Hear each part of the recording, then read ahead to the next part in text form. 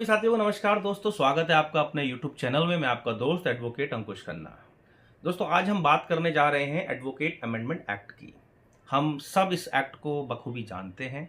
अगर हम बतौर एडवोकेट प्रैक्टिस कर रहे हैं तो अगर हम इस एक्ट के बारे में नहीं भी जानते हैं तो हमें जानना चाहिए कि क्या डूज हैं, क्या डोंट्स हैं, क्या करना चाहिए, क्या नहीं करना चाहिए। आखिरकार ये एक्ट जो है वकीलों के फेवर के लिए बनाया गया था।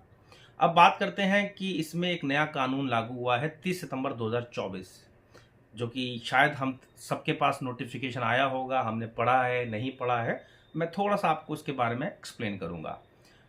अब बात करने जा रहे हैं कि जब हम क्योंकि एडवोकेट का जो जॉब है वो बड़ा चैलेंजिंग होता है। हम सब जानते हैं कि हम बतौर एडवोकेट सिर्फ कोर्ट में प्रैक्टिस कर सकते हैं, इसके अलावा हम कोई फर्दर मार्केटिंग नहीं कर सकते। पहले भी सुप्रीम कोर्ट ने और बीसीआई ने इसके बारे में बताया है कि एडवोकेट जो है, बीसीआई ने खासकर इसके बारे में जो है संक्षिप्त में बताया है कि एडवोकेट अपना किसी भी तरह के ऑनलाइन पोर्टल पे मार्केटिंग नहीं कर सकता है। अब पहले तो एडवोकेट के लिए सबसे बड़ी परेशानी ये थी कि वो अगर अपने आप को प्रमोट करे, अगर वो जिस भी स्पेशलाइजेशन का है, चाहे वो क्रिमिनल का हो, चाहे वो सिविल का हो, चाहे वो फैमिली का हो, तो वो आखिरकार अपने आप को कैसे लोगों तक पहुंचाए कि वो एक एडवोकेट है और उसके पास काम कहाँ से आए। तो ये एक बहुत बड़ा चैलेंज है, लेकिन इस चैलेंज को देखते हुए जब ये इस तरह से बीसीआई ने बताया कि इस तरह से मार्केटिंग नहीं हो सकती है और अगर एडवोकेट करता हुआ पाया गया तो वो एक ऑफेंस माना जाएगा और एडवोकेट के खिलाफ कार्रवाई की जाएगी। हो सकता है कि उसके लाइसेंस को सस्पेंड भी कर दिया जाए। तो उससे बहुत से एडवोकेट्स जो थे वो डिसअपॉइंट थे कि भी ऐसे कैसे, फिर हम आगे कैसे अपने आप का प्रमोट करेंगे, अपने क्लाइंट्स कहाँ से लाएंगे।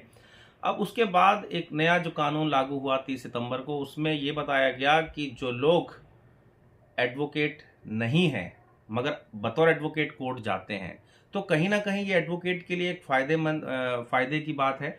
उनके लिए हो सकता है ये एक एडवांटेज हो कि भी जो एडवोकेट है ही नहीं एडवोकेट, मगर वो आपको टिप टॉप बिल्कुल कोर्ट में मिलेंगे, ब्लैक कोट और बैंड और जो एडवोकेट का ड्रेस कोड है उसमें मिलते हैं। तो जब क्लाइंट्स उनके पास आता है या क्लाइंट्स कोर्ट के अंदर एंटर करता है तो वो उसको जो है उसकी गिरफ्त में आ जाते हैं। मतलब वो उससे बातचीत करने लग जाते हैं और क्लाइंट को ऐसा लगता है कि यही एडवोकेट है, मगर वो एडवोकेट नहीं होता है।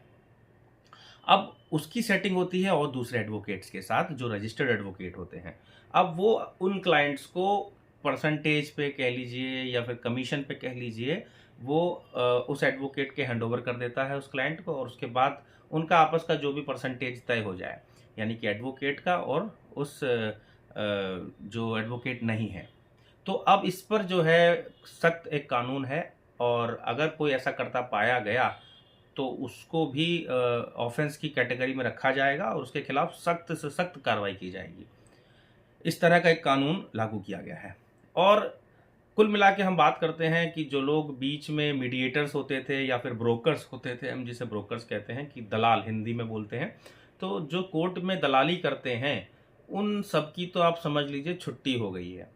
और अगर कोई ऐसा करता हुआ पाया जाता है, आपको लगता है कि आप जिस कोर्ट में प्रैक्टिस करते हैं उस कोर्ट में भी ऐसा कोई है व्यक्ति जो ऐसे एडवोकेट तो नहीं है मगर वो सारे काम एडवोकेट वाले कर रहा है, तो आप उसकी भी शिकायत कर सकते हैं।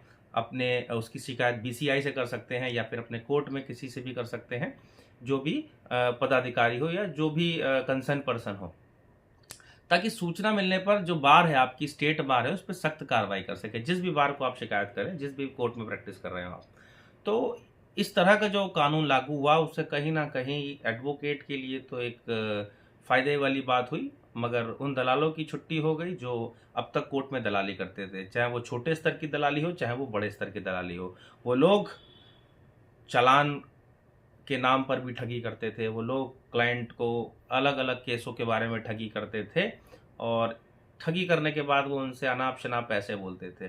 तो उससे क्या होता था, जो क्लाइंट डायरेक्ट एडवोकेट तक पहुंचने वाला होता है वो एडवोकेट तक नहीं पहुंच पाता है, वो किसी दूसरे के माध्यम से उस एडवोकेट के पास पहुंचता है। तो इस तरह से अगर अब कोई करता हुआ पाया गया, अगर आप मेरी वीडियो देख रहे हैं तो आप उन सब तक पहुंचा दीजिएगा जो इस तरह से काम करते हैं, ताकि आगे इस पे जो है शिकंजा कसा जा सके और हम लोगों को जितने भी एडवोकेट्स हैं बतौर प्रैक्टिस कर रहे हैं उनको एक अच्छे से क्लाइंट्स मिल सकें और वो अच्छे से काम कर सकें। इसके अलावा अगर आपको कोई और जानकारी चाहिए या इसी टॉपिक से रिलेटेड आपको कोई कुछ पूछना हो या कुछ, तो आप प्लीज़ कमेंट करके बताइएगा। फिर मिलूँगा आपको नई वीडियो के साथ। मुझे इजाज़त दीजिए।